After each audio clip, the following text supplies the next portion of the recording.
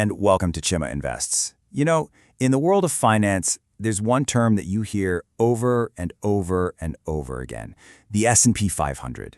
It's everywhere, right? But what is it, really? Well, today, we're going to clear away all that fog around this financial giant. We're going to show you exactly why getting a handle on this one thing is probably one of the most powerful steps you can take on your path to building some real, long-term wealth. So let's be honest. Have you ever opened up your company's 401k options and just felt completely lost?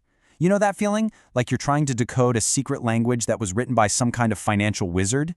If that sounds even a little bit familiar, trust me, you are not alone. That's a feeling pretty much all of us have had, and it's perfectly normal. You're just hit with this wall of confusing names, right? Large cap growth, mid cap value, internationally emerging markets. It feels like a bunch of financial jargon that's designed to make your head spin, maybe even make you feel like you need to hire an expert just to figure it all out. But hidden somewhere inside that maze, there's usually one really simple option, and that's what we're going to focus on today. So here's how we're going to break it all down. First, we're going to decode what the S&P 500 actually is. Then we'll get into a legendary billionaire's bet that proved a really powerful point about investing. After that, we'll uncover the hidden costs of making things too complex, see how this index can literally become a wealth-building machine for you, and finally, we'll map out the absolute simplest path forward for your own investments. Okay, so you've heard the term S&P 500 everywhere. It's on the news when the market has a big day. It's in articles you read online. Maybe you heard it from a coworker who thinks they're the next Wall Street guru. But what is it really? Well, it's one of the most important measures of the U.S. economy, and just understanding it can make a huge difference in your financial future. At its core, the S&P 500 is what's called an index. And an index, well, it's just a tool for measurement. That's it. Think about it like a thermometer. A thermometer tells you the temperature outside, right? Well, an index, like the S&P 500, tells you the financial health of the market by tracking how a specific group of companies is doing. Simple as that.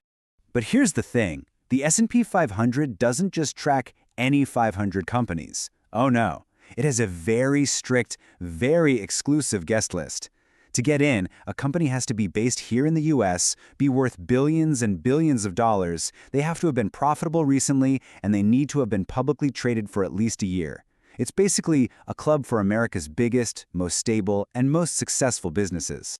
Now, this whole screening process gives you a built-in advantage. It means you're not just throwing darts at a board hoping you hit a winner. You're investing in companies that have already proven they can compete and win at the absolute highest level. It's kind of like having professional scouts pick an all-star fantasy team for you before you even have to make a choice. Now, inside this all-star team, not all the players are treated equally. The index is market cap weighted. That's just a fancy way of saying the biggest companies have the biggest impact. The absolute giants at the top, you know who I'm talking about, Apple, Microsoft, Amazon, they actually account for nearly 40% of the entire index's movement. So this means the index automatically puts more of your money behind the current winners. And as companies rise and fall, the index just adjusts all by itself. Pretty cool, huh? So if this index is just a simple automated collection of the top companies, how does it really stack up against the so-called experts, the highly paid professionals who manage money for a living? Well, that brings us to a really fascinating story about a very public bet made by one of the most successful investors of all time. The billionaire we're talking about is, of course, Warren Buffett. And for decades, he has argued that for most people, the best thing they can do is to stop trying to find a needle in a haystack and just buy the entire haystack. And how do you do that? By investing in a simple, low-cost S&P 500 index fund. In fact, he was so confident about this, he put $1 million where his mouth was. Buffett made a 10-year bet against the entire hedge fund industry. He wagered that a boring, unmanaged S&P 500 index fund would outperform a hand-picked selection of sophisticated hedge funds. You know, the ones run by the supposed smartest guys in the room. The hedge fund managers, full of confidence in their superior skills and complex strategies, they eagerly took that bet. So, 10 years later, the results were in, and it wasn't even close. The simple S&P 500 index fund delivered an average annual return of 7.1%, and the collection of high-powered, genius-run hedge funds, a measly 2.2%. To put that into perspective, Buffett's simple fund would have grown a hypothetical $1 million to almost $2 million. The hedge funds, they would have turned it into just over $1.2 million. Buffett didn't just win, he absolutely demolished them. And listen, Buffett's bet wasn't some lucky fluke. It actually reveals a consistent and, frankly, shocking pattern. According to tons of research, over the last 15 years, a staggering 90% of professional, actively managed funds failed to beat the S&P 500. Just think about that for a second. 9 out of 10 experts, with all their research teams and their supercomputers, couldn't outperform a simple automated index you can buy right in your 401k. So, the big question is, why? Why do these highly paid experts consistently fail? It's like watching a team of elite Michelin star chefs with the best ingredients and the best equipment lose a cooking contest to someone who just followed a simple recipe on the back of a cereal box. It seems totally backwards, but there are 2 really powerful reasons this happens. The first reason is that it's just nearly impossible to consistently outsmart the entire market. But the second reason, that's the one that really explains the huge gap in Buffett's bet.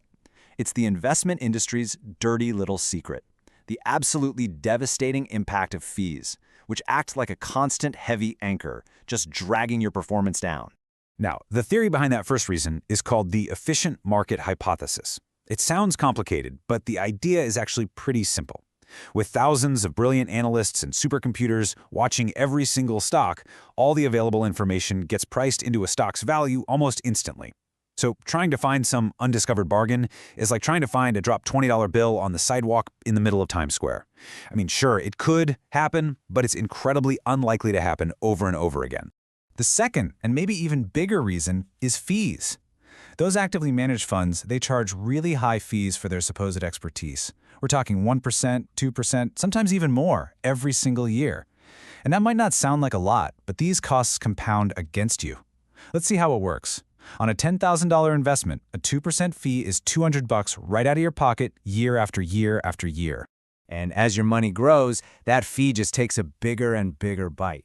On an account with $100,000, that same 2% now costs you $2,000 a year. That's money that's going into someone else's pocket instead of compounding for your future. It's a guaranteed loss you have to make up for before you even start to make a profit. And once your portfolio reaches, say, $500,000, you're paying $10,000 every single year, just for the privilege of underperforming the market. Over a lifetime of investing, these fees can literally cost you hundreds of thousands of dollars in lost growth. They are a silent portfolio killer, and they are the main reason why Buffett's bet was pretty much a sure thing from the very beginning. So, if high fee complexity is the problem, what's the solution? Well, the solution is turning that simple low-cost S&P 500 index fund into your own personal, automatic wealth-building machine. Let's take a look at the numbers that make this incredible engine work. Over the last 90 years, and think about everything that's happened in that time, wars, recessions, bubbles, and busts, the S&P 500 has delivered an average annual return of about 10%. Now, of course, some years are way up, like 30%, and some are down 20%, but that long-term average has been a remarkably powerful and consistent force for creating wealth. And that 10%, that's the fuel for the engine of compound growth. The magic of compounding works through 4 really simple steps. Number 1, you invest consistently, every month, every paycheck, no matter what the market is doing. 2, you become a part owner in hundreds of America's greatest businesses. 3, you automatically reinvest all your dividends and gains to buy even more shares. And 4, the best part, you just let time do the heavy lifting for you, creating this powerful financial snowball effect. And this is where all those abstract numbers turn into real wealth. Seriously, take a moment and look at this. If you invest $1,000 a month starting when you're 25, you'll put in a total of $480,000 over your career. But thanks to the power of compounding, your account could grow to over $2.6 million. Now look at that growth column. That is over $2.1 million in pure growth from the market. Your money literally made more money than you did.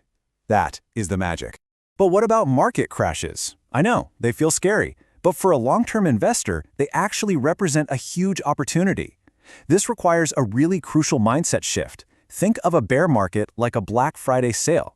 When you're investing consistently every single month, a market drop just means your dollars are buying more shares at a discount. And when the market recovers, which it always has, those extra shares you bought on sale become incredibly valuable. Okay, so this brings us to the final and most crucial point. The path to building wealth doesn't have to be complicated. In fact, all the evidence overwhelmingly shows that the most effective strategy is often the most simple and, let's be honest, the most boring one. So if it's really this simple, Why doesn't everyone just do it? Well, because the investment industry's dirty secret is that complexity sells. It's really hard to justify charging someone high fees to tell them to buy one fund and hold it for 30 years. It's much easier to sell a secret formula or a complex-sounding strategy, even when we know those actions lead to worse results. They're selling you activity, when what really works is patience. And that leads to the most important question you have to ask yourself as an investor. Do you want to be right or do you want to be rich? Being right might feel good, having a sophisticated, clever-sounding strategy to talk about at parties, but being rich often comes from just accepting that the simple, unsexy, boring strategy is the one that actually works.